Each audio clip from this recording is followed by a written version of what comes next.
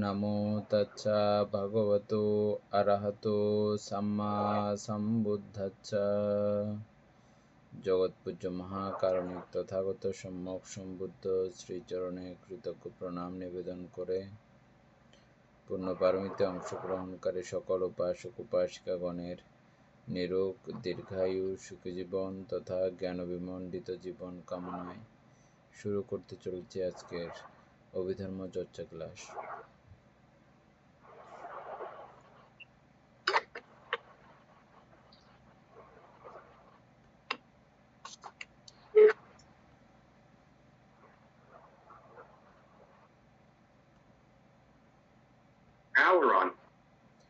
আমাদের page number কত ছিল?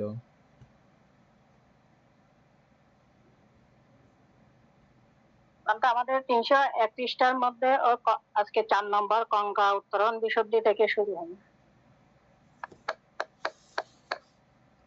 300 কত পৃষ্ঠা বলেন?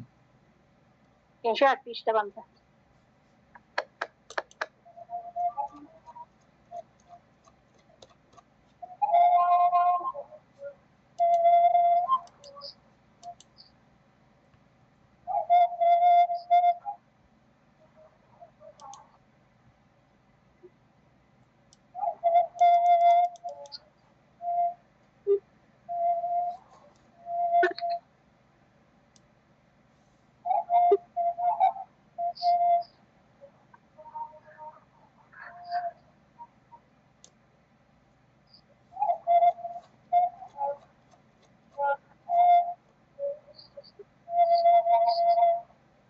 আমরা উপরে কোনো জায়গা ফেলে আসছিলাম?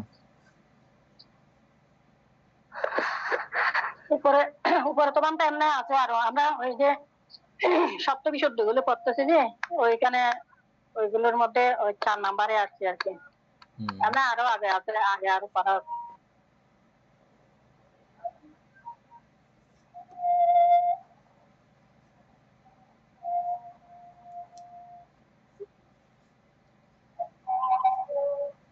হ্যাঁ, পরে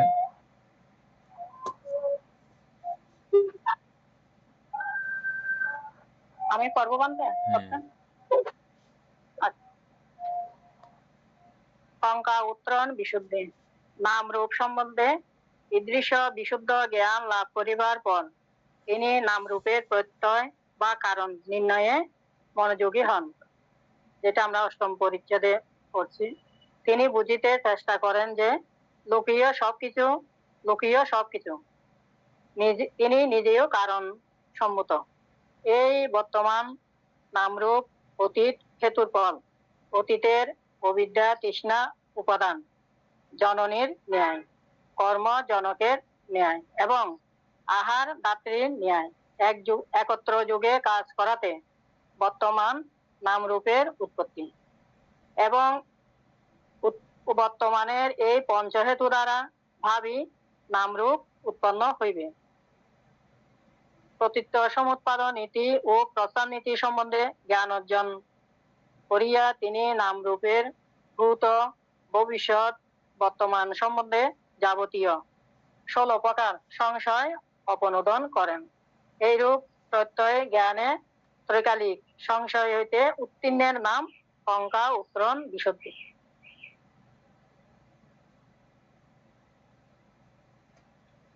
এটা তো বুঝে গেছেন, আর বিশেষ আলোচনা করার তো দরকার নাই না? বাবা আমি এগুলো একটু আলোচনা করে যেতে হবে না?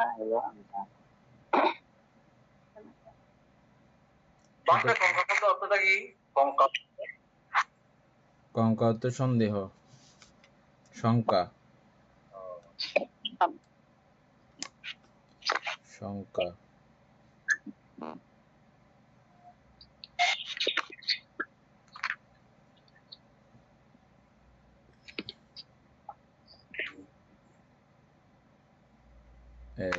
দীপেন বাবু আলোচনা করেন তো এক লাইন করে।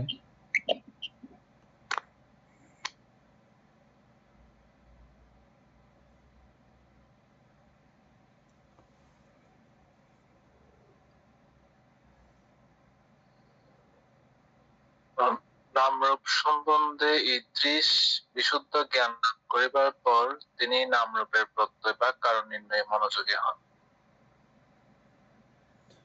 এই দৃশ্য বলতে কোনটা? ওই দৃষ্টি বিশুদ্ধি। আগে আমরা যা যা কিছু জেনে আসছি নামরূপ সম্পর্কে, এর এখানে তো 4 নাম্বার, এটা 1 2 3 ছিল না?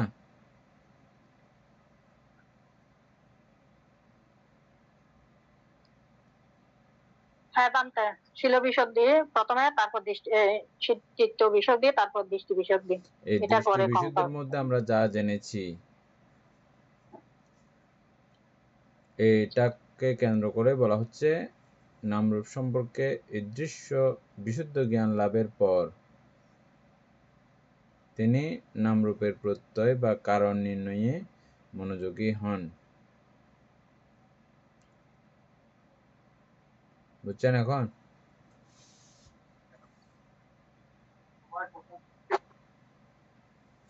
তিনি বুঝিতে চেষ্টা করেন যে লোকীয় সবকিছু তিনি নিজেও কারণ সম্ভূত।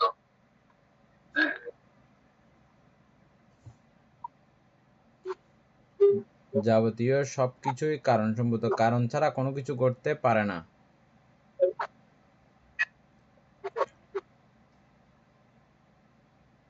এবং নিজেও আমরা যাকে নিজ মনে করি, আপনা মনে করি, ওই বিষয়টাও কারণ সম্ভূত। তারপরে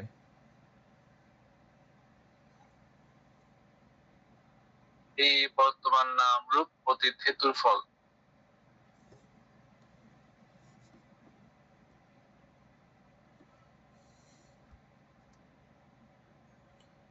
আমরা বর্তমানে যে নামরূপ লাভ করে আছি এটা অতীত হেতুর ফল।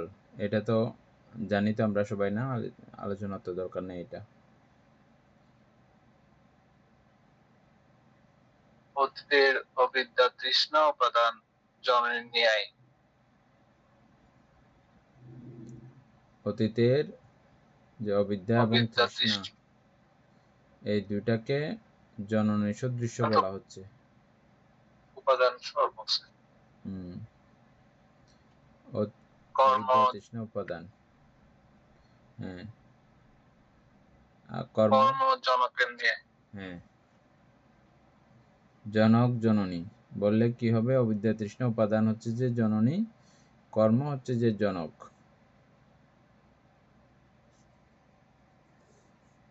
এবং আহার ধাত্রী নিয়ে একত্র যোগে কাজ করাতে বর্তমান নাম উৎপত্তি। আহার হচ্ছে যে দাত্রী নিয়ে,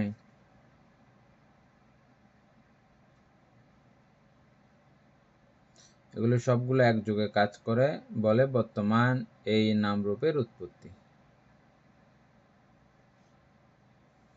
এবং বর্তমানের এই পঞ্চহেতু দ্বারা ভাবী নামরূপ উৎপন্ন হইবে।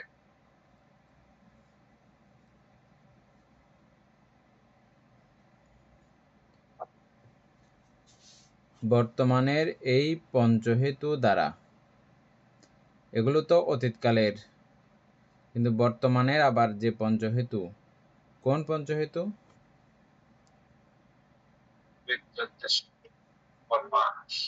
হ্যাঁ, এগুলোকে বলেছে অবিদ্যা তৃষ্ণা উপাদান কর্ম। হ্যাঁ,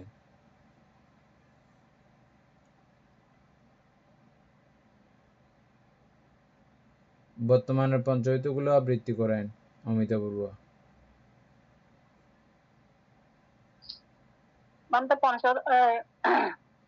বর্তমানের পঞ্চহেতু হচ্ছে যে আপনার বিজ্ঞান, নামরূপ, সরায়তন, স্পর্শ, বেদনা। আর অতীতের পঞ্চহেতু হবে যে অবিদ্যা, সংস্কার, তৃষ্ণা, উপাদান, ভব। আবার বলেন বর্তমানের। বর্তমানের পঞ্চহেতু হচ্ছে অবিদ্যা, সংস্কার, তৃষ্ণা, উপাদান, ভব। কিভাবে হয় এটা বুঝতে পারেন এখন? হ্যাঁ বান্তা। কেউ বুঝতে না পারলে জিজ্ঞেস করেন, তখন আমরা এটা বিস্তারিত আলোচনা করতে হবে, নাইলে দরকার নাই।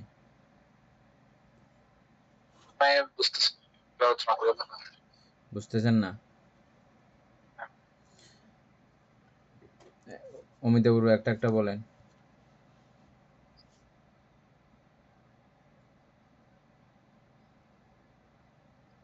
প্রথমে কোনটা বলবো বলতে, ওই অবিদ্যা। বর্তমানেরটা? হ্যাঁ, অবিদ্যা বর্তমানে বলতে কিভাবে আবার এটা হচ্ছে বর্তমানের এই পঞ্চহেতু ভাবিকালের ভাবি নামরূপ উৎপন্ন হইবে এটার দ্বারাই। ঠিক আছে, তাহলে আমরা বর্তমানটা জানতে হবে এখন। বর্তমানের হ্যাঁ এই পঞ্চ হেতু এটা কি? পঞ্চহেতুর মধ্যে প্রথম হেতু হচ্ছে কি? অবিদ্যা। অবিদ্যা। অবিদ্যা হচ্ছে যে অজ্ঞানতা, মোহ। হ্যাঁ, এটা কিভাবে মোহ উৎপন্ন হয়?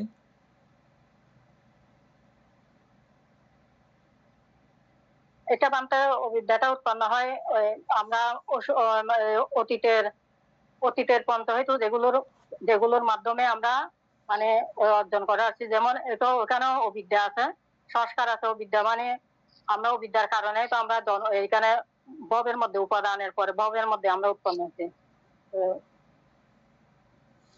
মানে মোহর কারণে আমাদের কর্ম সৃষ্টি হয়েছে, তারপর আমরা বারবার জন্মগ্রহণ করতেছি অতীতের সংস্কার গুলো, তারপর তৃষ্ণার কারণে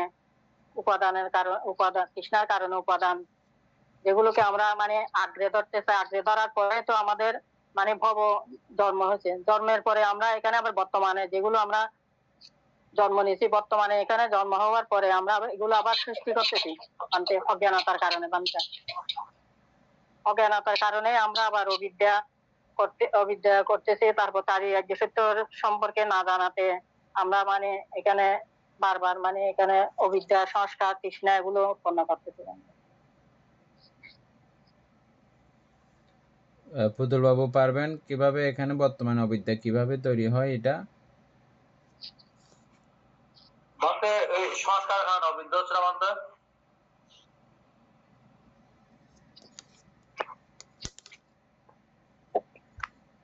এনে বর্তমানে অবিদ্যা কিভাবে তৈরি হয়, বর্তমানের এই পঞ্চহেতু কিভাবে সৃষ্টি হচ্ছে, এটা পুরো সিস্টেমটা দেখার আগে প্রথমটা অবিদ্যা কিভাবে তৈরি হয়।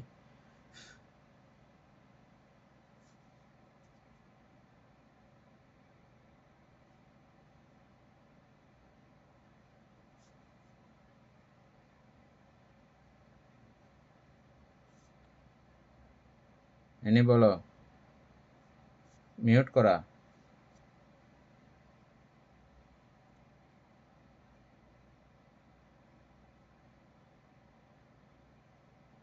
অন্তে অবিদ্যাটা তৈরি হয় যে অর্থাৎ চতুরার্য সত্য সম্পর্কে যখন জ্ঞান থাকে না, এই চারটি সত্য সম্পর্কে যখন বুঝতে পারে না, তখনই তো অবিদ্যা উৎপন্ন হয়।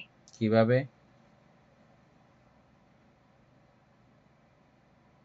ভান্তে অর্থাৎ যেটা আমরা এক কথায় হচ্ছে যে অনিত্য, দুঃখ, অনাত্মা।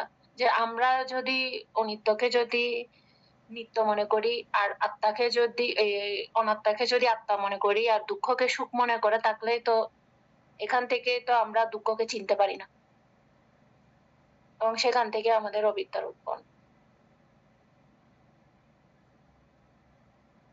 বুঝছেন দিবেন বাবু?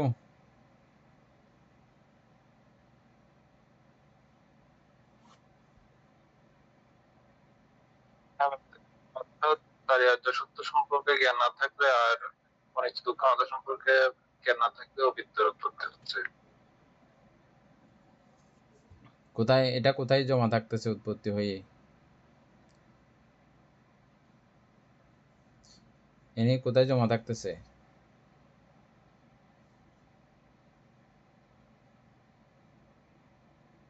চিত্ত সন্ততিতে।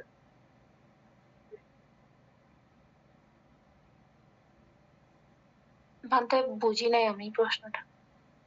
অবিদ্যাটা কোন জায়গায় জমা থাকতেছে, কিসের সঙ্গে, কোথায় গেলে এটাকে আমরা পাবো? পঞ্চহেতু যে বলা হচ্ছে না, তো অবিদ্যাটা কোন জায়গায় সংযোজিত আছে, কোন জায়গায় কেমনে পাবো?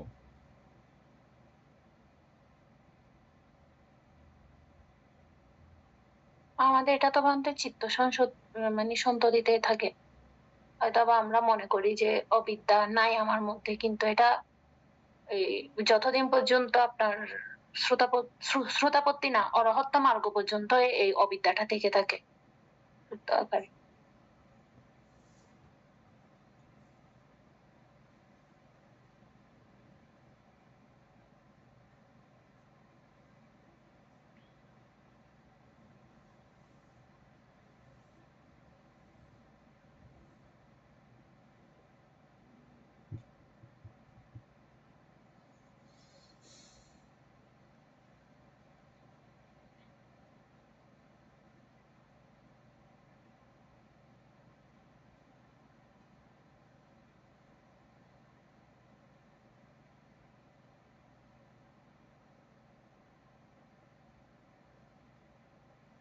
ভান্তে, বলে অবিদ্যা যদি হেতু হয়ে থাকে তাহলে এটা মানে এটার সাথে কি সম্পর্ক মানে মানে কোথাও জমা থাকার বিষয়টা কি আসবে সেক্ষেত্রে?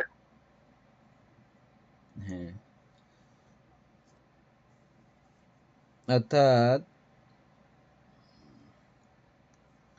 বর্তমানের পঞ্চ হেতু অবিদ্যা, তৃষ্ণা, উপাদান,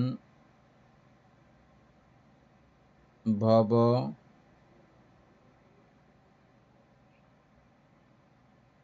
সংস্কার হয়েছে 5টা।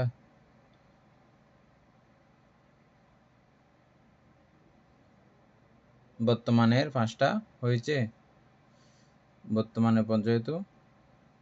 বেদান্ত হয়েছে অবিদ্যা, সংস্কার, তৃষ্ণা, উপাদান, ভব।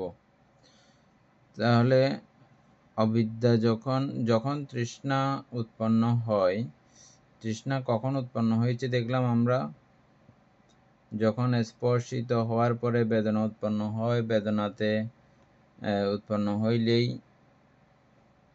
পাওয়ার ইচ্ছা, না পাওয়ার ইচ্ছা থেকে জাগ্রত হয় তৃষ্ণা। ওই ইচ্ছাটাকেই মূলত তৃষ্ণা বলা হয়। তাহলে এটা বর্তমানে আমাদের উৎপত্তি হচ্ছে, এটা বর্তমানের হেতু। তারপরে হচ্ছে যে কি উপাদান, ওই তৃষ্ণাকে কেন্দ্র করে, তৃষ্ণাতে সজাগ না থাকলে, তৃষ্ণার সময়ে যথাদর্শী না হইলে উপাদান উৎপত্তি হয়। উপাদানে উৎপত্তি হয়ে গেলে আর তো এমনি নর্মালি মাপ নাই, তখন বাবা হয়ে যায়। এবং ওই উপাদানকে কেন্দ্র করে সংস্কার বা কর্ম সৃষ্টি হয়ে গেছে।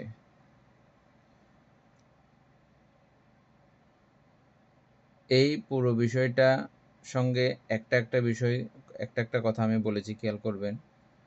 যথাদর্শী না হওয়া, এটা যেমন ঠিক তেমন দেখতে না পাওয়া, এই ঠিক তেমন দেখতে না পাওয়াটাই হচ্ছে যে অবিদ্যা। ঠিক তেমনভাবে না দেখেই আমি এই সংস্কার গঠন করেছি। আমরা পরবর্তী ক্লাসগুলোতে আস্তে আস্তে করে জানবো যে এই প্রত্যেকটা চিত্তের মধ্যে, আমরা অবশ্যই এখানেও আছে, এগুলো আমরা ততটা ইয়ে করে নেই। যে চৈতসিকের সম্প্রয়োগ একটা অধ্যায় পড়েছিলাম আমরা, মনে আছে? চৈতসিকের সম্প্রয়োগ, সেই চৈতসিকের মধ্যে আমরা দেখব এই যে সংস্কারগুলো এখন হচ্ছে, ওই সংস্কারগুলোর মধ্যে এই অবিদ্যা নামক চৈতসিকেরও সেখানে সংযোজন হয়ে গেছে। যেখানে যেখানে এই অবিদ্যা নামক চৈতসিকের সম্প্রয়োগ ঘটেছে, সেগুলোতে অবিদ্যা আছে, এটা একেবারে নিঃসন্দেহ বলা যায়, বলা চলে। তাহলে এবার আমাদের সোজা হয়ে গেছে কোন কোন চিত্তের মধ্যে অবিদ্যা আছে, আমাদের বুঝতে আর কোনো কষ্ট নাই। কোন কোন চৈতসিকে বা কোন কোন সংস্কারে অবিদ্যা আছে, এখন কি বোঝা যায়? তাহলে বর্তমানে কিভাবে আমরা অবিদ্যা আবার তৈরি করতেছি, এটা কি এখন বোঝা যায়? আপনারা সবাই ঠিকঠাক মতোই বলেছেন, কেউ উল্টাপাল্টা বলেন নাই, সবারটাই ঠিক আছে। যে মুহূর্তে আমরা যথাদর্শী হয়ে কাজ করব না, কাজ বলতে এখানে কি, স্পর্শের নিয়মে হয়ে যাবে। স্পর্শ হইলে বেদনা উৎপন্ন হবে, আর বেদনা উৎপন্ন হইলেই আমাদের তৃষ্ণা জাগরিত হয়। এই পুরোটা সিস্টেম হওয়ার সময়ে আমি যদি যথাদর্শী না থাকি, আমার মনন প্রক্রিয়া, চিন্তন প্রক্রিয়া যদি জাগ্রত না থাকে, তাহলে সেগুলোতে কি উৎপন্ন হচ্ছে? অবিদ্যা উৎপন্ন হচ্ছে। যথাদর্শী কখন হওয়া যায়? ওই যে বিপাসনা, আমরা যে বিপাসনা করি যখন, প্রত্যেকটা কাজ যে সজাগভাবে করতেছি, সজাগ মানে কি? সজাগতা কোথা থেকে শুরু হয় বলছিলাম?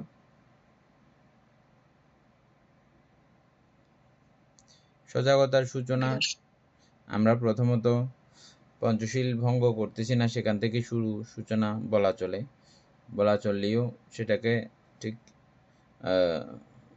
একেবারে চূড়ান্ত পর্যায়ের সজাগ বলা চলে না। কেন বলা চলে না? আমি অক্ষুণ্ণভাবে পঞ্চশীল রক্ষা করতেছি, আমার এখানে কোনো রকমের নাই, এখানে আমি সজাগ নই একদম শ্রেষ্ঠগণের মতে। কেন সজাগ নয়? আমি পঞ্চশীল ভাঙতেছি না, তো আবার সজাগ নয় কেন?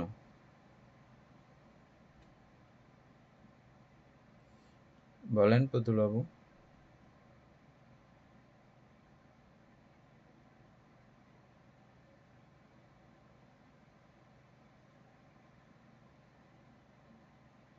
পুতুল বাবু বলেন। যদি স্মৃতি বই থাকে তাহলে পঞ্চশীল ভঙ্গ করা আগে সবসময় পান্তা স্মৃতি বই থাকতে হবে। বুঝেন নাই প্রশ্নটা? এনি ভান্তে আবার বলেন।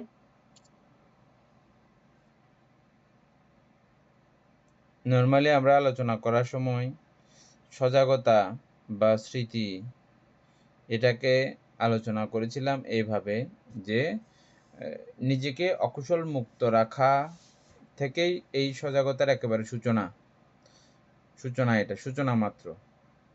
কিন্তু এই সূচনাটা ক্রমান্বয়ে যেতে যেতে আমাদের একেবারে শেষ প্রান্ত পর্যন্ত যাবে। যাইলেও আমি আবার মাঝখানে বলতেছি যে ঠিক এই অবস্থাটাকে আমি যে এখানে পঞ্চশীল ভঙ্গ করতেছি না, এই জায়গায় সজাগ আছি, ঠিক এই সজাগকে সজাগ বলা হবে না।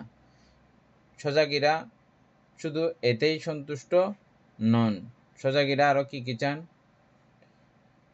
এটাই প্রশ্ন।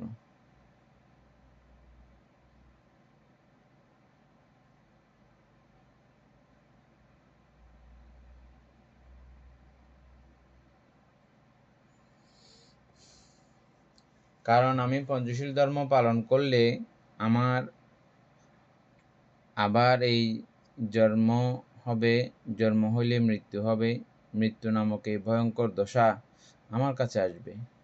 তো যারা সজাগ থাকেন এই ভয়ঙ্কর দশাতে পড়তে হয় এমন কাজ সজাগীরা করবেন না। দুঃখ পেতে হয় এমন কাজ সজাগীরা করবেন না, বুঝছেন? সজাগীরা কি করবেন?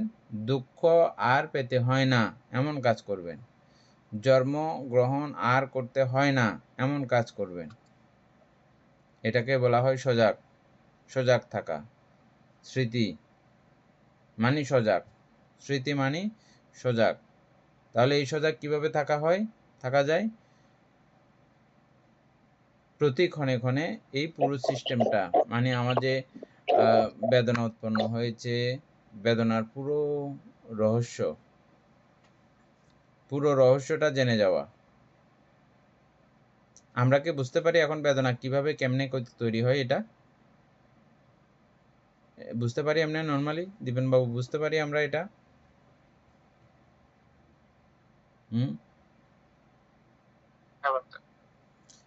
ওইখান থেকে একটু, ওইখান থেকে একটু, ওইখান থেকে একটু, নানা কিছু সংযোজিত হয়ে এই বেদনা নামক অবস্থা পর্যন্ত আসে।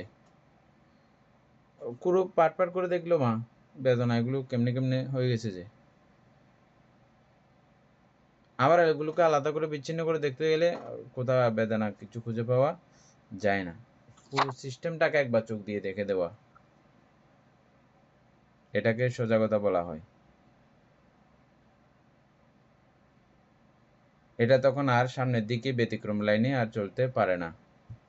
যখন আমি এটাকে এভাবে দেখব, এখানে তৃষ্ণা উৎপন্ন হওয়ার উপায় আছে কি? আমি এটা স্বরূপ দেখে গেছি যে, এটা যেমন ঠিক তেমন দেখে গেছি যে আর তৃষ্ণা উৎপন্ন হবে না। হবে কি? তাহলে বিদ্যা থাকলে আমার আর তৃষ্ণা উৎপন্ন হচ্ছে না। এই যে দেখেছি পুরো সিস্টেমটা বেদনা পর্যন্ত কিভাবে সংযোজিত হয়েছে, এই বিষয়টা যে দেখতে পেয়েছি, এটা বিদ্যা। এটা দেখতে পাই না, অবিদ্যা।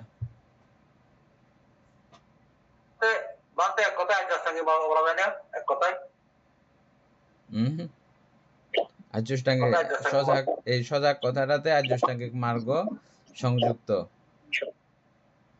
এখন যে আমি সজাগ বলছি, এই সজাগ কথাটা পুরো আর্যষ্টাঙ্গিক মার্গ সমন্বিত সংযুক্ত 8টা আছে। এখন আর্যষ্টাঙ্গিক মার্গকে এখানে দেখা দিতে পারবেন সজাগতার মধ্যে?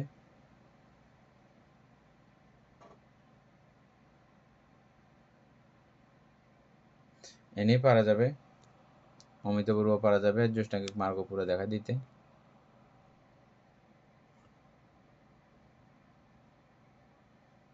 ভান্তে ওইখানে যে ওই সজাগ হয়েছি, ওইটার যে আমি যা মানে অকুশল কাজ করব না, ওই জায়গায় আমার সম্যক দৃষ্টি উৎপন্ন হয়েছে না। সম্যক দৃষ্টি উৎপন্ন হওয়া মানে এখানে অষ্টাঙ্গিক মার্গ আছে, সেই সম্যক দৃষ্টির সাথে সাথে আমরা আবার বলো পুরোটা ইয়ে করে নেই আমি আবার। অর্থাৎ এই যে যে সজাগটা হয়েছি, যখন আমরা অকুশল কাজ আর করব না, যে অকুশলের কারণে আমাদের বারবার দুঃখ ভোগ করতে হচ্ছে, তো ওইটা যখন সজাগটা হয়েছি, তখন হওয়ার ওইটা যখন জানতে পেরেছি, মানে দুঃখটাকে চিহ্নিত করতে পেরেছি, তাহলে ওই জায়গায় আমার সম্যক দৃষ্টি উৎপন্ন হয়েছে। ঠিক এই জায়গাটা অমিতাভ আবার বলেন তো।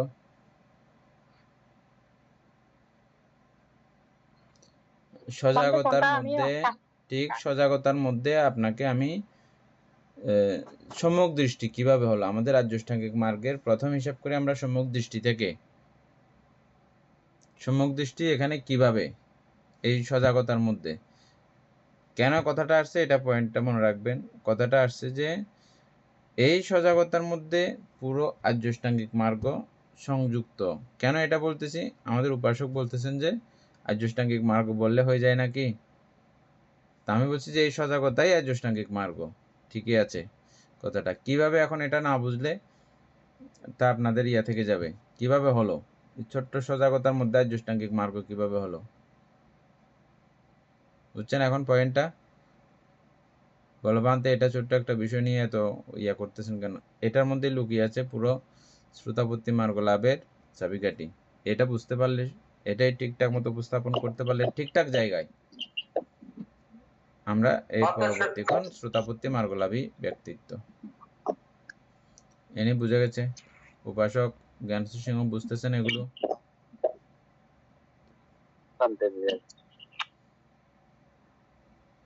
বলেন অমিতাভ বড়ুয়া। মনটা আমার কারণ চলে গেছিল যে আমি আগে বলছিলাম যে এগুলো বুঝতে পারিনি। শিল্পী বড়ুয়া বুঝতেছেন কি এগুলো? পারবেন সজাগতার মধ্যে সমাধিটি বের করতে? সজাগতা বলতে আমি যত সমস্ত কাজ করার সময় সম্যক দৃষ্টি হবে সজাগ, মানে চিজগুলো সম্পূর্ণভাবে পালন করবো আর কি। সম্যক দৃষ্টি সজাগ প্রত্যেকটা ইয়েতে, মানে সজাগ স্মৃতি সহকারে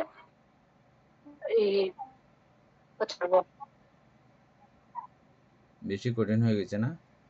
আচ্ছা ভালো করে খেয়াল করেন, বুঝতে পারবেন। খুব কাছাকাছি আছেন, এমনি হবে। এনে আবার একবার চেষ্টা করো সমাধিটি।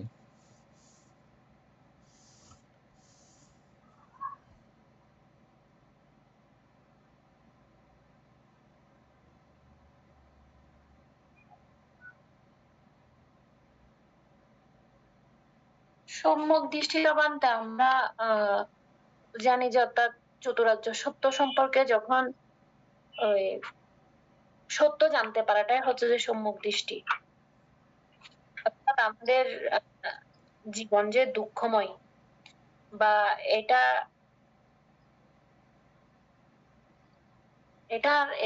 এই মানে দুঃখ, মানে চারটা আর্য সত্য সম্পর্কে জানতে পারাই হচ্ছে যে সম্যক দৃষ্টি। তো ওই যে আমরা যখন বলেছিলাম যে সজাগ থাকা, তো ওই দুঃখ সম্পর্কে তো আমরা যখন মানে জগতে যা কিছু সবগুলাই তো দুঃখ, তো ওই দুঃখ সম্পর্কে যখন সজাগ হব, ওই সজাগটাই হচ্ছে যে আপনার সম্যক দৃষ্টি। কথায়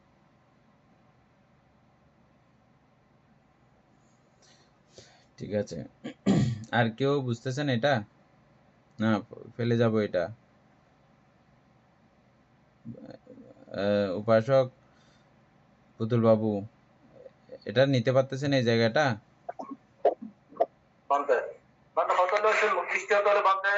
সংকল্প লাগবে। তারপর সংকল্প আসলে বন্ধ এখানে আবার এই তো যাবেন না, একটা একটা যান, একটা শুধু একটা ঠিক করেন আগে, একটা ঠিক করলে এরপরের গুলো। আমরা খুব সূক্ষ্ম জায়গাতে, এবং কি বলছি এটা খেয়াল করেন, এই সজাগতার মধ্যে আরো 7 মার্গের সমন্বয় ঘটানো মাত্র, যে মুহূর্তে সমন্বয় ঘটিয়ে ফেলবো, তারপরের মুহূর্ত, তারপরের চিত্তক্ষণ, তারপরের চিত্তবিধি, শ্রুতাপত্তি, মার্গ এবং ফল। তাহলে অসাধারণ একটা বিষয়, বুঝছেন? আপনি বলছেন সেজন্য কোথায় কোথায় আসছে, এই জন্য আলোচনা করতেছি। হ্যাঁ, নর্মালি এমনি এখানে আলোচনা আসার বিষয় এটা না। এনে ঠিকঠাক মতো বলছো, আর একটু ভালো করে খেয়াল করো। আমি সজাগ আছি, কোথায় আছি? যে চিত্তের মধ্যে আছি, যখন আছি, যেমন আছি। আছি তো কোনো একটা জায়গাতে সজাগ আছি। সজাগ মানে কি? সজাগ মানে হচ্ছে যে আমি কিছুক্ষণ আগেই বললাম যে দুঃখে পড়ে এমন কাজ সজাগীরা করেন না। শুধু একটাই কাজ সজাগীর না, এখানে আরো কাজ আছে। কি?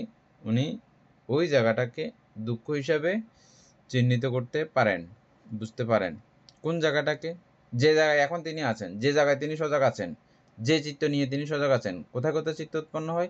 আমাদের সরদারের যে কোনো একটাতে চিত্ত উৎপন্ন হয়, যে কোনো একটা বিষয়কে কেন্দ্র করে চিত্ত উৎপন্ন হচ্ছে, সেখানেই আমি সজাগী হয়েছি। তাহলে এই সজাগতার কি কি আছে এবার দেখেন। প্রথমে হচ্ছে যে ওই বিষয়টা, ওই চিত্তটা, ওই সময়টা, ওই ক্ষণটা দুঃখ। কেন দুঃখ?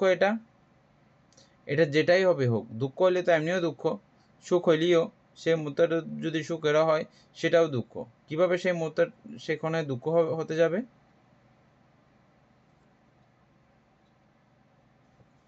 কারণ এটা প্রতি ক্ষণে ক্ষণে ভেঙে যাচ্ছে। এটা যতই সুখের মাধুর্য বিষয় হোক না কেন, ভাঙন দেখলে এটাকে আর রুচি উৎপন্ন হয় না, ক্ষয় দেখলে আর রুচি উৎপন্ন হয় না।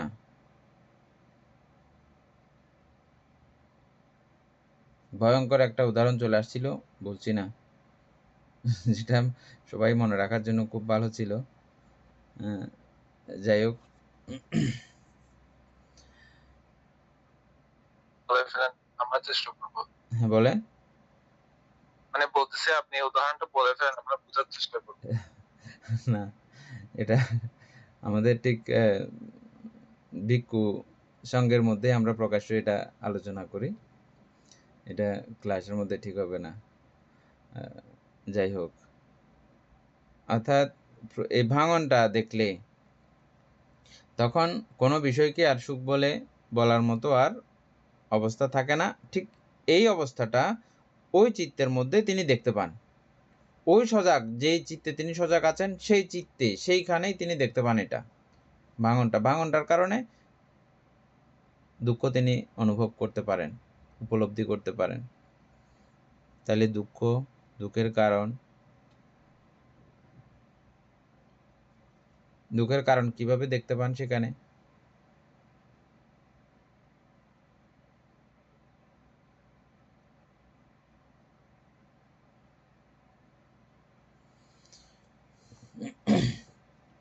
এই দুঃখের কারণ আমার পুরো সিস্টেমটা হয়েছে বলেই এই সিস্টেমটা এখন উৎপত্তি হচ্ছে, এই চিত্রটা এখন উৎপত্তি হয়েছে। ওই আগের সিস্টেমগুলোও এখানে জড়িত, আগের কারণগুলোও এখানে জড়িত।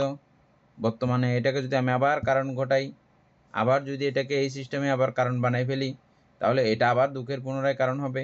এই দুই দিক থেকেও জানতে পারবেন, অথবা একদিক থেকেও জানতে পারবেন। যে দিক থেকে জানেন, কোনো অসুবিধা নাই। তাহলে দুঃখ এবং দুঃখের কারণ আমি একই জায়গাতে চিন্তা করতে পারলাম, বুঝলাম। খেয়াল করছেন? তারপরে দেখেন দুঃখের নিরোধ কিভাবে দেখবেন। এখানে আমি এই সিস্টেমটা এরকম না করলে, তাহলে এটা দুঃখ উৎপত্তির কোনো কারণ আর নাই। দুঃখ নিবৃত্তি, এটা দুঃখের নির্বাণ বা তৃষ্ণার নিবৃত্তি। আমি সজাগ আছি মানে কি? আমি এটাকে এইরকম করে চলতে দিব না। কেন দিব না? কারণ এটা এভাবে দুঃখের কারণ হয়ে যাবে। আমি এটা জেনে বুঝে কি করে দিলাম, এটার কার্যক্রম সেখানে স্টপ করে দিলাম, বিদ্যা উৎপত্তি করলাম।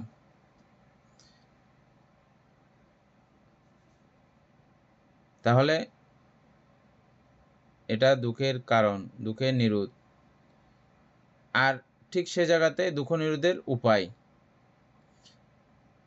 বা আর্যাষ্টাঙ্গিক মার্গ পুরো আবার সেখানে আসবে।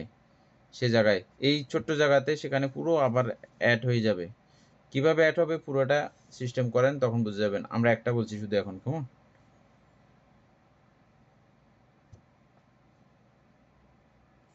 ছোট্ট একটা চিত্তের মধ্যে 8 মার্গের সমন্বয় ঘটানো, এটা একেবারে ছোট বিষয়।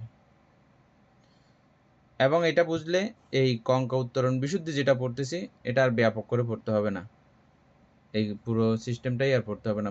আপনি বুঝে গেছেন এটা বুঝলে। এই সজাগতার মধ্যে সাম্মা সংকল্প, সম্যক সংকল্প কিরকম? একটা সাইড বুঝেছেন কি? সম্যক দৃষ্টি কি এখানে বোঝা হয়েছে?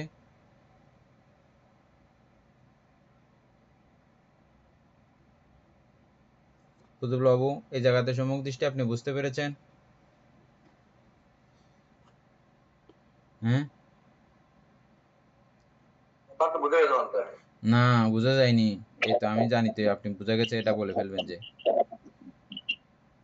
এখানে আমি 8 মার্কের মধ্যে দুইটা সজাগতা একটা যদি আলোচনা করা হয়ে গেছে, ওটা একটা গেল, ওটাও পুরো পরিপূর্ণ না।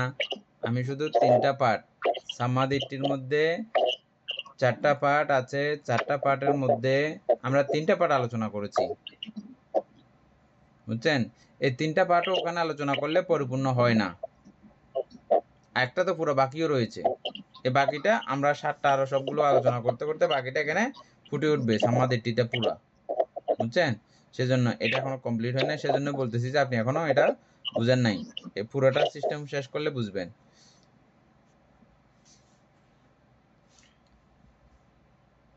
এর শেষেরটা 8 ভাগে বিভক্ত, 8 ভাগের মধ্যে আমরা এর পরবর্তী ভাগটা আলোচনা করতেছি। দেখেন, সাম্মা সংকল্প।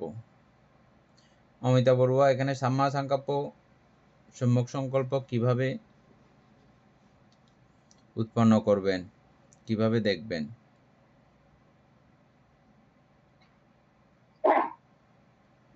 সম্যক সংকল্প হচ্ছে সমস্ত প্রাণীর প্রতি, মানে মানে সমস্ত প্রাণীর প্রতি প্রাণীকে হিংসা না করা, মানে সমস্ত প্রাণীর প্রতি মানে সহানুভূতি থাকা, মৈত্রী বন্ধনে আবদ্ধ করে রাখা, এটাই হচ্ছে মানে সম্যক। এইভাবে মানে সম্যক সংকল্প নিয়ে থাকতে হবে। তো আমরা সম্যক সংকল্পের মধ্যে 3টা ধাপ পেয়েছি। তো একটা হচ্ছে নৈষ্কর্ম্য সংকল্প, আর একটা হচ্ছে অব্যাপাদ সংকল্প, আর একটা হচ্ছে অবিহিংসা সংকল্প পন্থা। ওই 3টা বিষয় মানে আমাদের মানে এটা 3টা বিষয় সম্পর্কে সজাগ থাকতে হবে, তারপরে এটা সম্যক সংকল্প হবে। আজকের ক্লাসটা খুব ভালো করে দেখবেন। আমি ঠিকঠাক মতো পুরোটা ঠিক করে বলতে পারবো কিনা জানি না, তারপরও যদি ঠিকঠাক হয় আপনারা এটা বারবার দেখার চেষ্টা করবেন। আমি খুব সময় নিয়ে বলতেছি এক একটা বিষয়। এনি সম্যক সংকল্প যদি এখানে বুঝতে পারো বলো সুন্দর করে, কোথায় কোন জায়গায় ওই যে সজাগ, কোথায় সজাগ হয়েছি আমি? ওই যে মুহূর্তের বিদর্শন করতেছি, বিপাসনা করতেছি, যে মুহূর্তে সজাগতা, সে মুহূর্তে সজাগতা যদি আছি বলি, তাহলে আমার সেখানে সাম্মা সংকল্প আছে, সম্যক সংকল্প আছে। কিভাবে আছে এটা দেখাই দেওয়ার জন্য বলছি।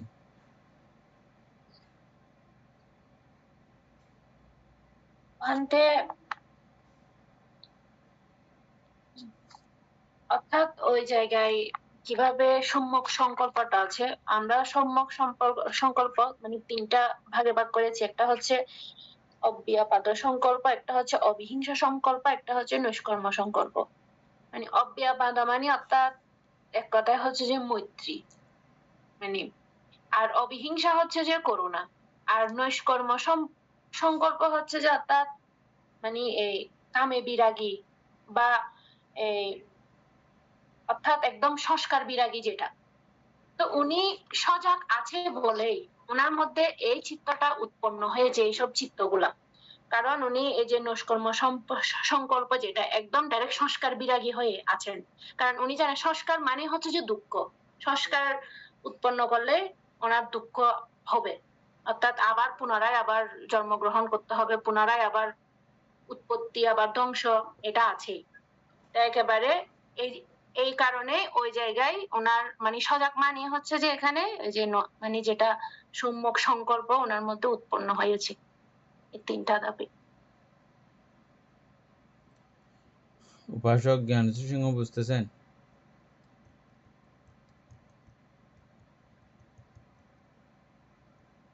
বান্তে কিছু কিছু বুঝছি বান্তে, আপনি একটু আরো ভালোভাবে বুঝালে ভালো হয়।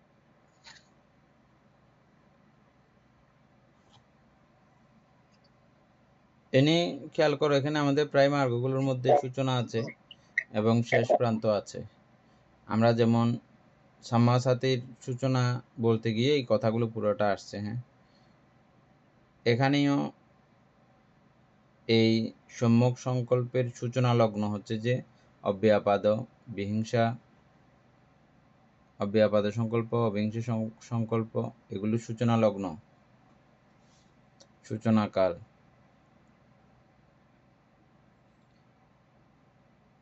তারপরে নৈষ্কর্ম সংকল্পেরও এটা একেবারে শেষ প্রান্তের, এটাও সূচনাকাল আছে।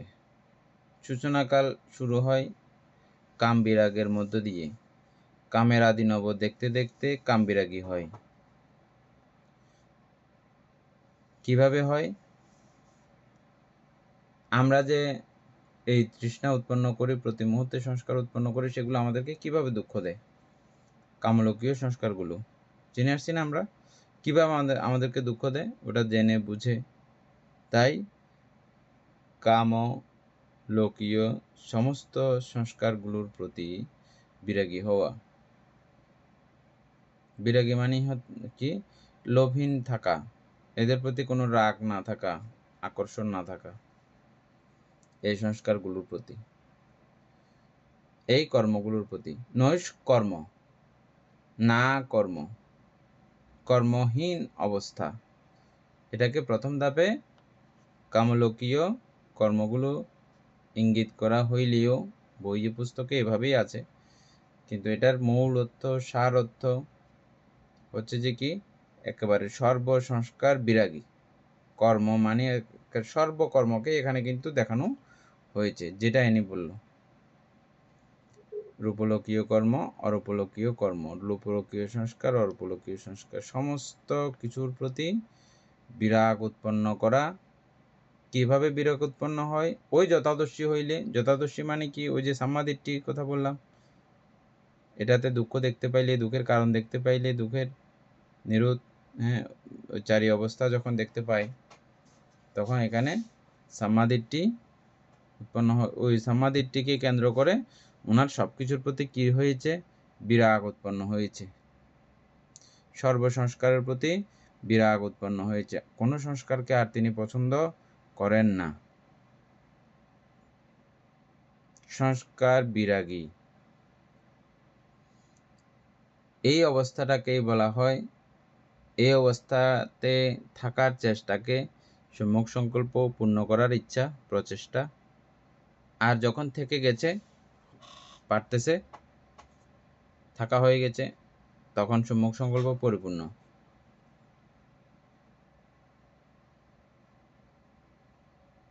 একটা হতে পারে কি এরকম?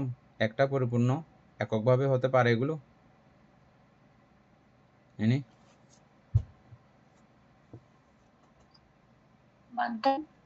একটা এককভাবে পরিপূর্ণ হতে পারে কি? না বান্তে। কেন পারবে না? সম্যক দৃষ্টি উৎপন্ন না হলে তো এখানে সম্যক সংকল্পটা আসবে না। এভাবে প্রত্যেকটা অঙ্গ, এগুলো অঙ্গাঙ্গি ভাবে জড়িত। খুব ভালো করে খেয়াল করলে দেখে যাবেন, প্রত্যেকটা বিষয় খুব অঙ্গাঙ্গি ভাবে জড়িত। এগুলো নর্মালি এখন আলোচনা করতেছি আমরা, এগুলো নিজে থেকে আলোচনা বা নিজে থেকে এই মন্থনকৃত জ্ঞান উৎপন্ন হবে আপনাদের নিজে থেকেই।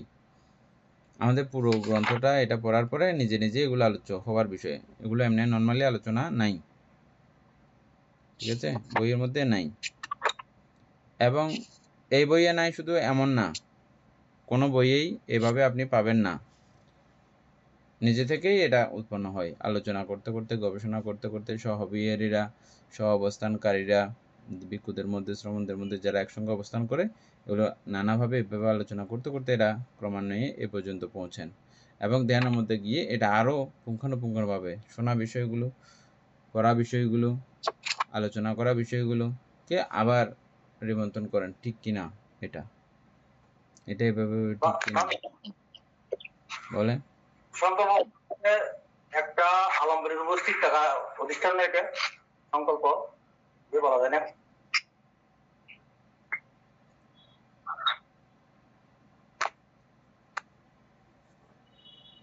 আমরা সেখান থেকে অনেক দূরে আছি এখন।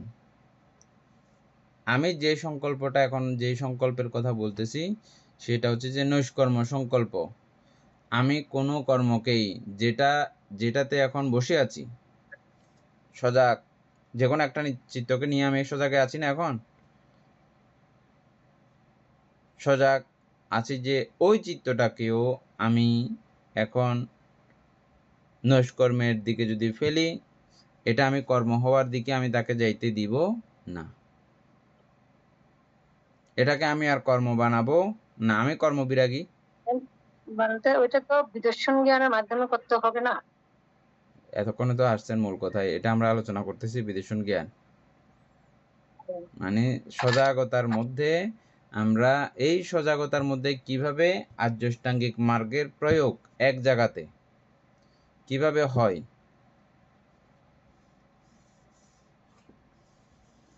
তো এটা অত্যন্ত আপনারা জেনে খুশি হবেন, যে আনন্দিত হবেন যে আমরা অনেক চেষ্টা করি যে কোনো একটা বিদর্শন ভাবনার কোর্সের মধ্যে ঠিক এই জায়গাগুলো এভাবে আলোচনা করব, অনেক বানিয়ে নিয়ে যাই বলার জন্য, এটা সম্ভব না।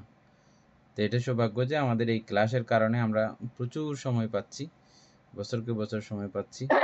এই পাওয়ার কারণে এই খুব সূক্ষ্মানুসূক্ষ্ম বিষয়গুলো, যেমন এটা এখানে আপনারা যদি একটুও যদি না বুঝতেন, এটা বলার কোনো উপায় আছে কি, থাকে কি? নাই। উপাসক পুতুলবাবু, এখন কি বুঝতে পেরেছেন সেখানে সম্যক কর্ম কিরকম? সম্যক কর্ম বলতেছি, সম্যক সংকল্প কিরকম? আমি ওই জায়গাটাকে আর কর্ম হতে দিব না, ওই চিত্তটাকে আমি কর্ম হতে দিব না। উনি নৈষ্কর্ম সংকল্প পূর্ণ করেছেন, আমি কর্ম করব না, কর্ম করব নার মধ্যে তিনি দাঁড়িয়ে থাকেন। এটা হচ্ছে যে নৈষ্কর্ম সংকল্প, ঠিক আছে। আগের 3 পার্ট, যেটা 3 পার্টে আমরা পড়ে আসছি, ওটা আর এখানে গিয়ে দরকার নেই। আর প্রাণের প্রতি মৈত্রী, করুণা, ওগুলো আর এই জায়গাতে গিয়ে আমার প্রয়োজন নাই। কেন প্রয়োজন নাই?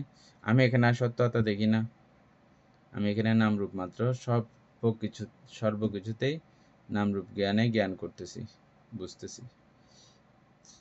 সেখানে সত্য আত্মার পরিচয় লুপ্ত,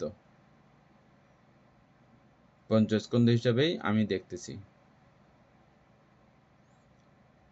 এ নিয়ে এদূর পর্যন্ত কি বোঝা গেছে? এটা কিন্তু কালকে আসলে কিন্তু আর এই সেম বিষয়টা সেমভাবে কিন্তু আর আসবে না। আপনারা যদি বলেন আরো 10-15 মিনিট লাগতে পারে, শেষ করে দিতে পারি। শেষ করে দিবেন। শেষ করে দিই, কালকে এটা আবার আলোচনা ঠিকঠাক জায়গা মতো আসবে এটা। না বানতে আজকে শেষ করে দিতে আচ্ছা, আজকে শেষ করে দিতাম।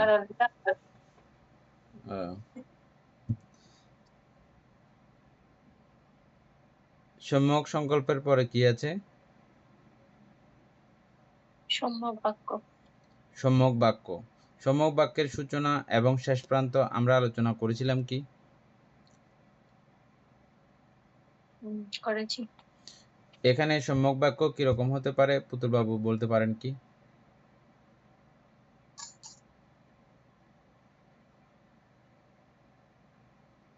কোথায়? ওই যে সজাগে। বান্ধে হ্যাঁ, ওই মিথ্যা পশুটা এই কথা যে দেখলো না বলা বান্ধে এটা বললাম বুঝি নাই। মিথ্যা মিথ্যা পশু দেখতে ওইগুলো না বলা আছে বান্ধে এগুলো বলার সময় কোথায় পাচ্ছেন আপনি? একটা ছোট্ট চিত্তের মধ্যে বসে আছেন। সোজা কথা একটা চিত্ত, এটা একটা চিত্তের মধ্যে আপনি বসে এত কিছু ভাবতেছেন এখন। ওখানে ওগুলো বলার সময় কোথায় পাইছেন আপনি?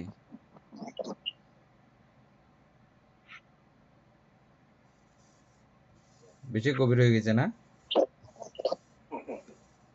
অমিতাভ বড়ুয়া মনে আছে না?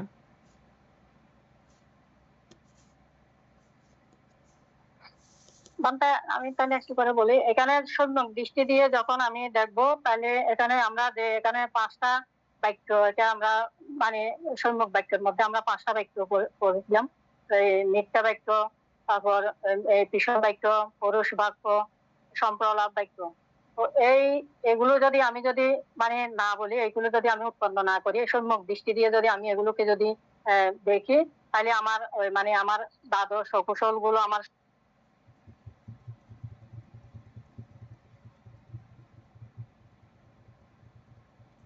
ওই যে ঠিক আছে, আর বলতে হবে না।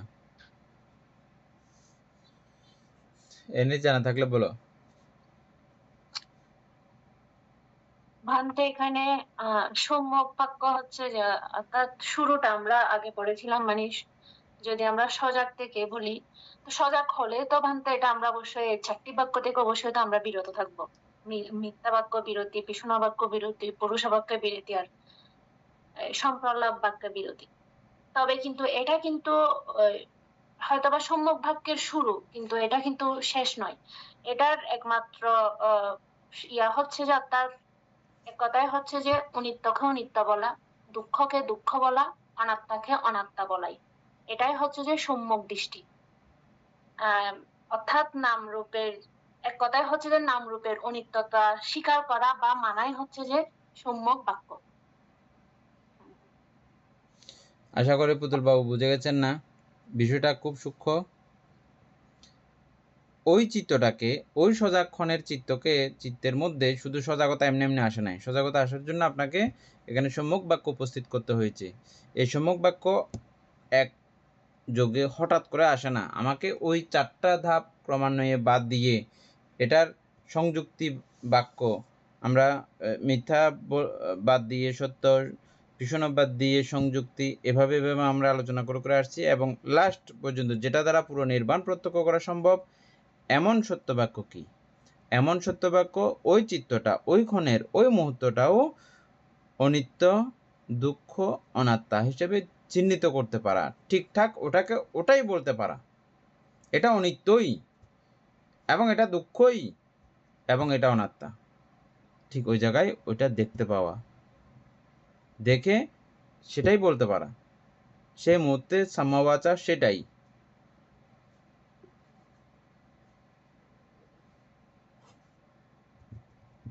এই জন্য বলছি বইয়ে লেখা থাকবে না এভাবে, এটা কোনো জায়গাতে। হ্যাঁ, এটাই গবেষণাগুলো, আলোচনাগুলো নিজে থেকেই রিমন্থন করে করে বুঝতে হবে। না বুঝলে এটা বারবার আবার দেখবেন, দেখে আবার নিজে চুপচাপ গভীরে বসে ঠিক করে নেবেন সাম্যবাচাটা। উপাসিকা অমিতাভ বড়ুয়া, আশা করি আর সমস্যা নাই। সাম্যবাচার শুরু এবং শেষ প্রান্ত। হ্যাঁ বান্তা। ঠিক এতটুকু পর্যন্ত বলতে পারলেই। বুঝি নাই। নেটে ডিস্টার্ব করতে কারণ যাচ্ছে আসতে তো নেটে ডিস্টার্ব করতে দিদিরও মনে হয় একই অবস্থা।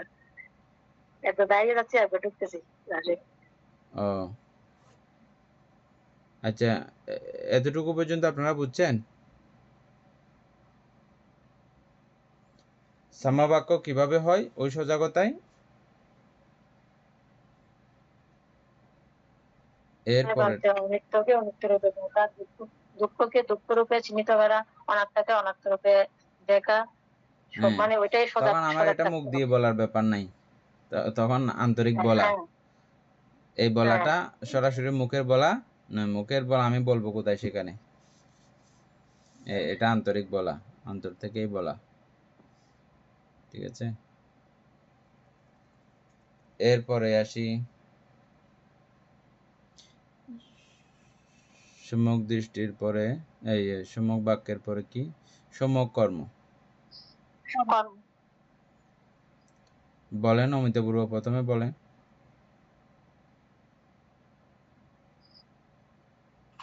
সম্যক কর্মের মধ্যে আমরা পাইছি মানে একটা হচ্ছে প্রাণী হত্যা না করা, তারপর চুরি না করা, তারপর কাম বা ব্যভিচার থেকে বিরত থাকা।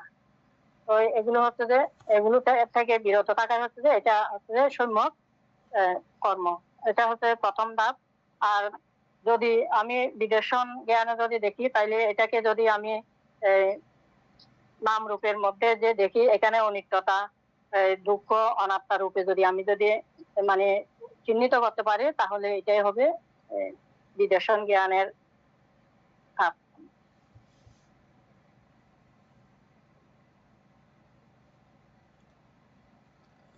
আরো কেউ বলতে পারলে বলেন এখানে সম্যক কর্ম কিভাবে প্রয়োগ হবে?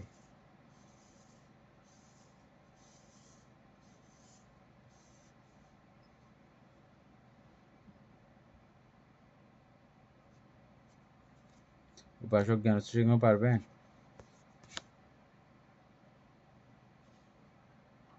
না বানতে আসলে ওই একটা এখানে যে নৈষ্কর্ম সংকল্প যেটা, এটা তো কর্মহীন, তো সেখানে কর্ম আবার এখানে বলছে সম্যক কর্ম, ওইটার মধ্যে একটু মানে এটাতে একটু ইয়ে লাগছে, মানে নৈষ্কর্ম যেখানে বলা হচ্ছে সেখানে আবার কর্মকে বলা হচ্ছে, সেটার জন্য।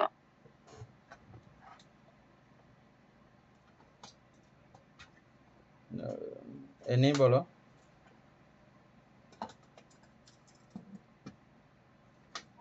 সম্যক কর্ম হচ্ছে অর্থাৎ আমরা প্রথমে শুরুতে জেনে আসছি, অর্থাৎ তিনটা কর্মে থেকে বিরতি থাকাই হচ্ছে যে যেটা শুরু, মানে সম্যক কর্ম।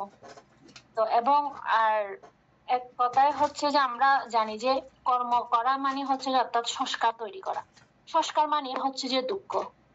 তো এই দুঃখ সম্পর্কে যখন উনি সজাগ থাকেন, তখন অর্থাৎ তখন হচ্ছে অর্থাৎ সম্যক কর্ম হচ্ছে যে এক কথায় কোনো সংস্কারেই তৈরি না করা, বা এমন কোনো কর্মের মাধ্যমে সংস্কার তৈরি না করাই হচ্ছে যে সম্যক কর্ম।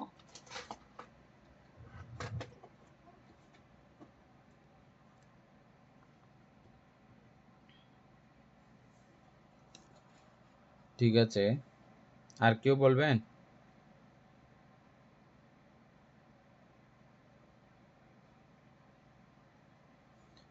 আপনাদেরটা ঠিক আছে মোটামুটি, আমারটা শুনেন একটু করে।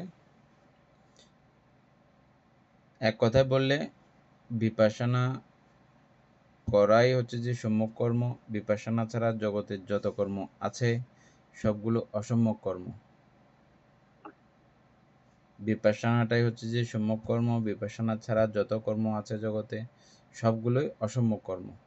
আমাদের জ্ঞানশ্রী সিংহ একদম ঠিক জায়গায় হাত দিয়েছিলেন।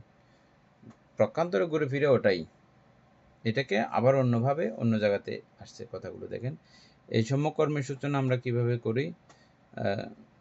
সূচনা লগ্ন হচ্ছে যে হত্যা, চুরি, ব্যভিচার বাদ দিলে এটার সূচনা হয়। এগুলো বাদ দিয়ে এর অপোজিট সাইডগুলো ক্রমে ক্রমে গঠন করতে করতে আমাদের এই জায়গা পর্যন্ত আসতে হয়। কোন জায়গা? এই চিত্তে, একটা চিত্তের মধ্যে এসে সেখানে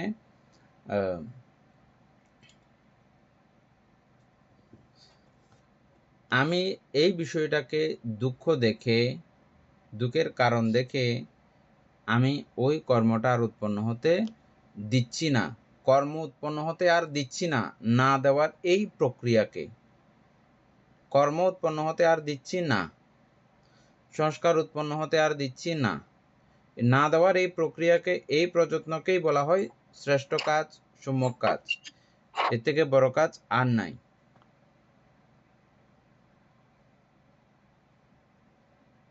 কিভাবে হবে না কর্ম উৎপন্ন? আমি যখন এটাকে দুঃখে দুঃখদর্শী হব, অনিত্য দুঃখ অনাত্মা যখন এটাতে আমি পুরোপুরিভাবে দেখব, বুঝবো, তখন ওই কর্ম আমার দ্বারা আর সম্পাদিত হবে না। আর এটা না হওয়াই হচ্ছে যে না করতে পারা।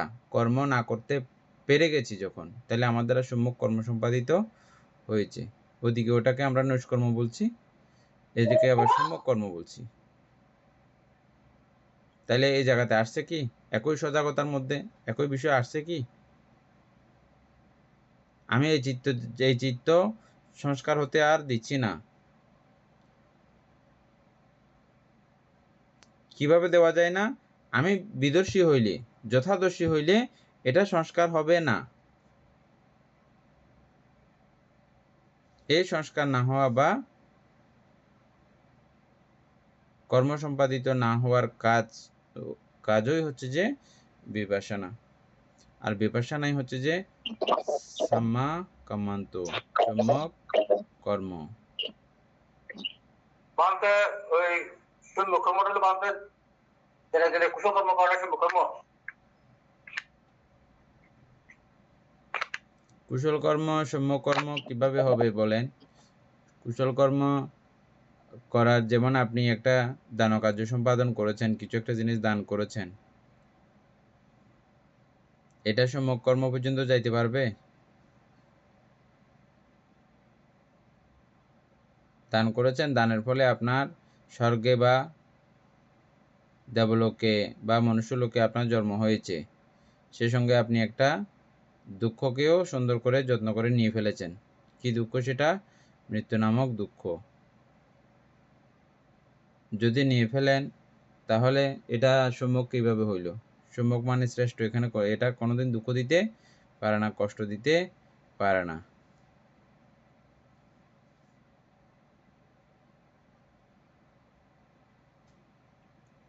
তাহলে কি কুশল কর্ম করব না? তাহলে বিদর্শন বাক্সের মোকাবার কি দিলে সে মোকাবার কি বাক্য হতে একটা কর্ম। হ্যাঁ এটা তো কর্ম। হ্যাঁ, সে মোকাবারটা কি হবে? আমরা এক চিত্তের মধ্যে কিন্তু থাকি, ওটা মনে রাখবেন। একটা সজাগতা চিত্ত একটার মধ্যেই কিন্তু আমরা আছি। হ্যাঁ, ওখানের মধ্যেই আমরা সম্যক কর্মটা দেখাচ্ছি। ওই জায়গাতে সম্যক কর্ম কি?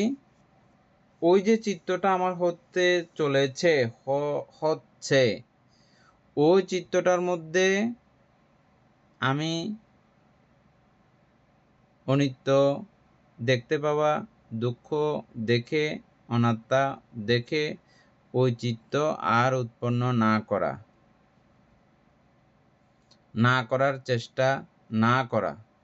যখন না করা হয়ে যায়, ওই চিত্তটা, ওই সংস্কারটা যখন আর না করা হয়, ওটাকেই বলা হয় সম্যক কর্ম। আর যদি ওই চিত্তটা হয়ে যায়, কিছু হইতো না, সম্যক কর্ম হলো না।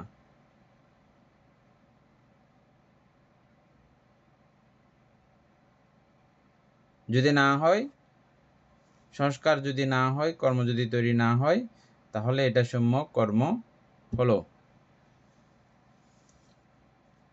এক কথায় কি বলি আমরা এটাকে? বিপাশনা করাই হচ্ছে যে সম্যক কর্ম। বিপাশনা কি? ওই অনিত্য দুঃখ অনাত্মা দেখতে পাওয়ার নাম হচ্ছে যে বিপাশনা। অনিত্য কাকে বলে?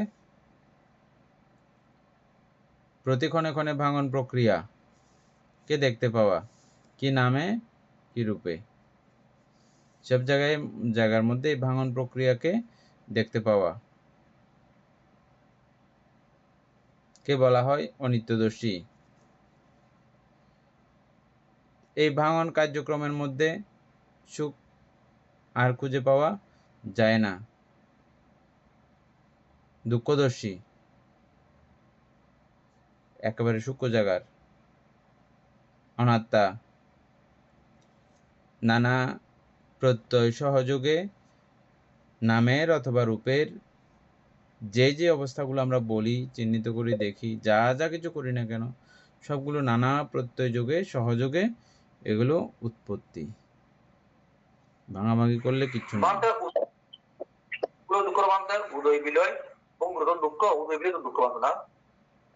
আমরা শুধু বিলয়ের সাইড, এটা দেখার জন্য উদয়টা দেখেন না সাধক। আমরা এটাতে 16 প্রকার বিদর্শন জ্ঞান যখন আলোচনা করব তখন এখানে আসবে। হ্যাঁ, প্রথম সাধক উদয় বিলয় দেখলেও পরবর্তীতে এটাকে আরো সুগভীর করার জন্যে তখন তিনি শুধু বিলয় দেখেন বা শুধু অনিত্যতা দেখেন।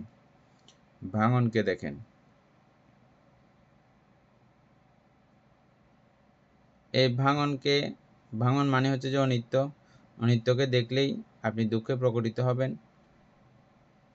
দুঃখ যখন প্রকটিত হয় তখন অনাত্মা কিভাবে হয়? ওগুলো নানা প্রত্যয়ে সহযুক্ত হয়ে এই অবস্থা উৎপত্তি হয়েছে অনাত্মা। এই চিত্তের মধ্যে এই বিষয় দেখতে পারা সম্যকর্ম। এগুলো যে প্রথম সমাধিটির মধ্যে বাকি রেখেছিলাম, এগুলো প্রত্যেকটা এক একটা 8টা পার্ট ছিল, সেখানে 8টা পার্টের এগুলো যত ঢুকতেছে এগুলো ওখানে সংযুক্ত হচ্ছে কিন্তু। হ্যাঁ, প্রথম যেটা আধুরা রেখে দিয়েছিলাম এটা এগুলো সংযুক্ত হচ্ছে এখন। তারপরে সম্যক কর্মের পরে উপাসক জ্ঞান সিংহ বুঝতে পারছেন? বান্ধে হ্যাঁ বুঝতে পেরেছি, মানে ওই মানে বিদর্শন ভাবনাটাই হচ্ছে সম্যক কর্ম। মানে জগতের সকল কিছুকে অনিত্য দুঃখ অনাত্মা হিসাবে বিদর্শন, মানে বিদর্শন হিসাবে দেখা আর কি, মানে বিশেষভাবে দর্শন করা, যেটা সকল জিনিসকে অনিত্য দুঃখ, সেটাই হচ্ছে সম্যক কর্ম যেটা। ঠিক আছে, উপাসক দীপেন বাবু বুঝতে পারছেন? হয়তো দীপেন বাবু তো নাই, আছে না? নাই। বান্তা কারেন্টের ডিস্টার্ব করে যে দেশে, কারেন্টের জন্য নাই। আচ্ছা, আর কয়টা বাকি আছে যে?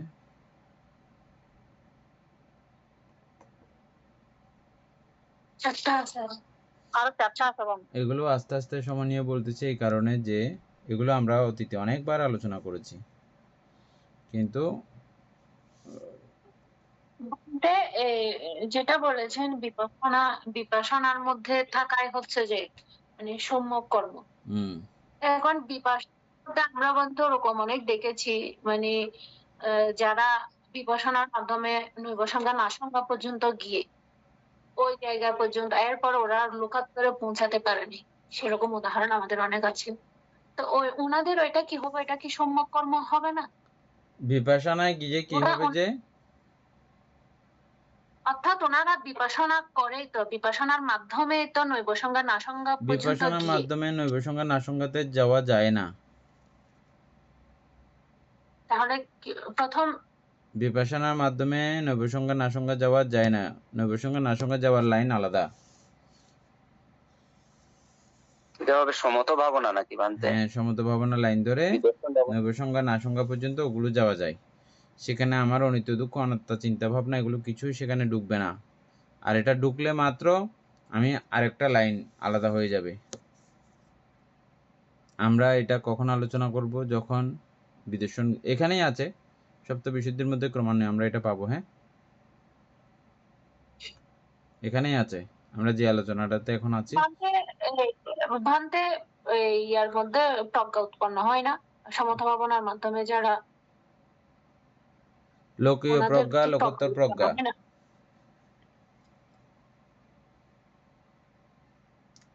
আমরা যদি এই প্রজ্ঞাকেও যদি ভাগ করি, এই পঞ্চশীল ভঙ্গ করতেছে না, সেটাও এক প্রকারের প্রজ্ঞা।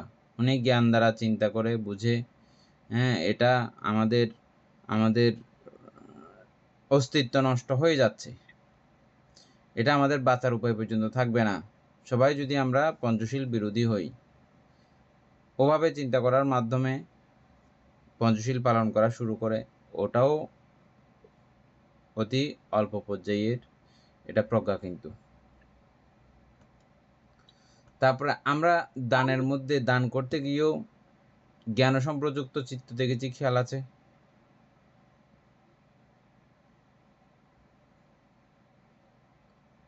ওটাকে যদি আমরা জ্ঞান বলি তাহলে ওটা খুব সূক্ষ্মাতি সূক্ষ্ম অবস্থা। হ্যাঁ, আমি এমনি অন্য কোনো সময় আমার কোনো ইয়া নাই, শীল সংযমের ব্যাপার নাই। দানের মধ্যেও ওই অল্পক্ষণিক অল্প মুহূর্তের জন্য আমি যখন চিত্ত উৎপন্ন করে যখন দান দিব, তখন ওই দানের মধ্যেও ওই জ্ঞান সম্প্রযুক্ততা, এগুলো ক্রমান্বয়ে উঠে এখান থেকেই আসে।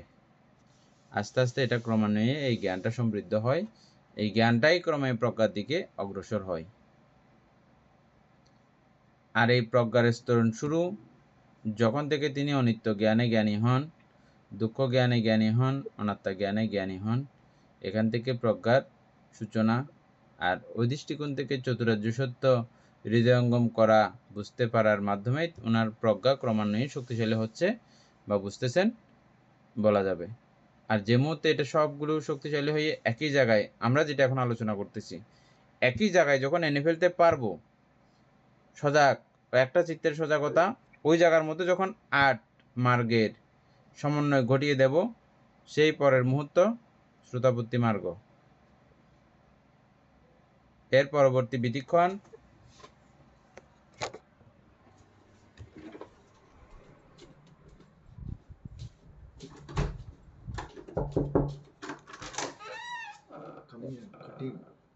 how went the class? What time it speaks? Now finish.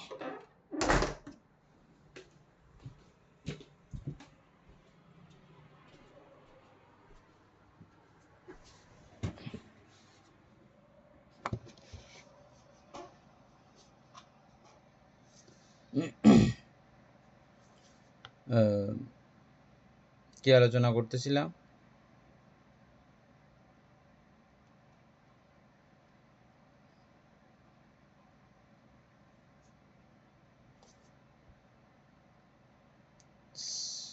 প্রজ্ঞার বিষয় নিয়ে আলোচনা করছিলেন। হ্যাঁ, আচ্ছা, বোঝা হয়েছে না বিষয়টা? প্রজ্ঞাটা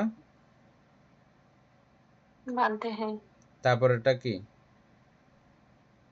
ভান্তে আমি বলতে চাচ্ছি অর্থাৎ সমত ভাবনার মধ্যে কি সম্যক কর্ম বলা যায় না ওইটা? না, সমত ভাবনাতে সম্যক কর্ম সূচনা লগ্নগুলোকে বলা যাবে।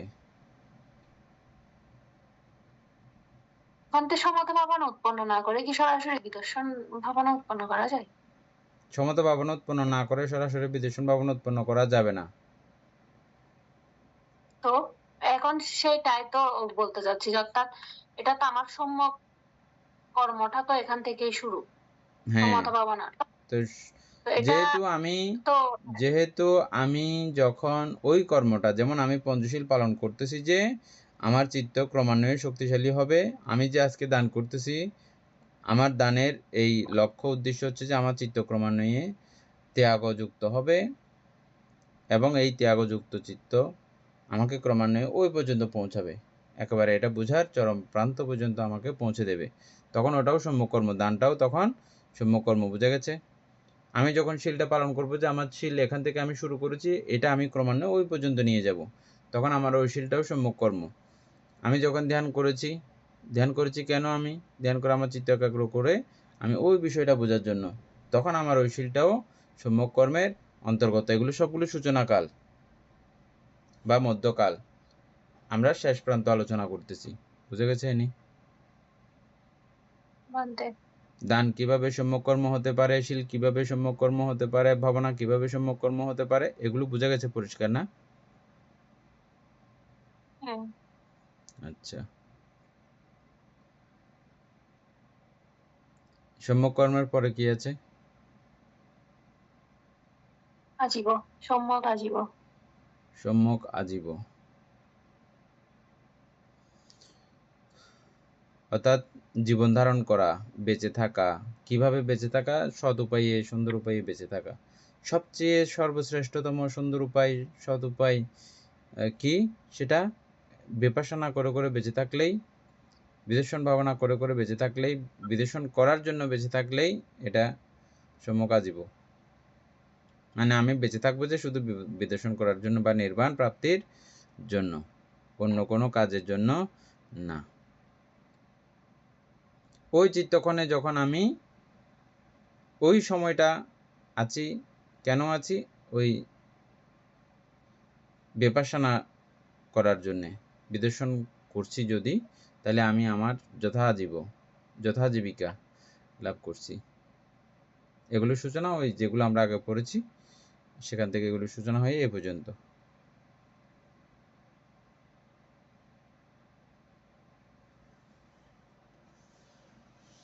আর কয়টা বাকি আছে? তিনটা। হ্যাঁ, তিনটা। এগুলো একটু বড় আছে, হ্যাঁ, এগুলো কালকে করি। সদ্ধর্মপ্রাণ প্রিয় উপাসক উপাসিকা বৃন্দ, এতক্ষণ যাবৎ আমরা অভিধর্ম চর্চা করছিলাম, এতে আমাদের অপ্রমেয় পুণ্য সাধিত হয়েছে। পুণ্যরাশি অনন্ত চক্রালবাসী সত্যগণকে দান করছি, গুরুভান্তি দিওকে দান করছি, মাতা পিতাগণকে দান করছি, এবং এই পুণ্যের কাছে আমরা প্রত্যেকে প্রার্থনা করব নির্বাণ লাভ অবধি অসৎ ব্যক্তি মূর্খ ব্যক্তি পাপ মিত্রের সংসর্গ লাভ না করে সদা সর্বদা জ্ঞানদর্শী কল্যাণ মিত্রের সান্নিধ্য সংসর্গ লাভ করতে সক্ষম হই। এরূপ সাধু কামনা পোষণ করে আজকের মতো ক্লাস এখানে সমাপ্ত করছি। সাধু সাধু সাধু ও কাশা বন্দামি ভান্তে দ্বারাত্তায়না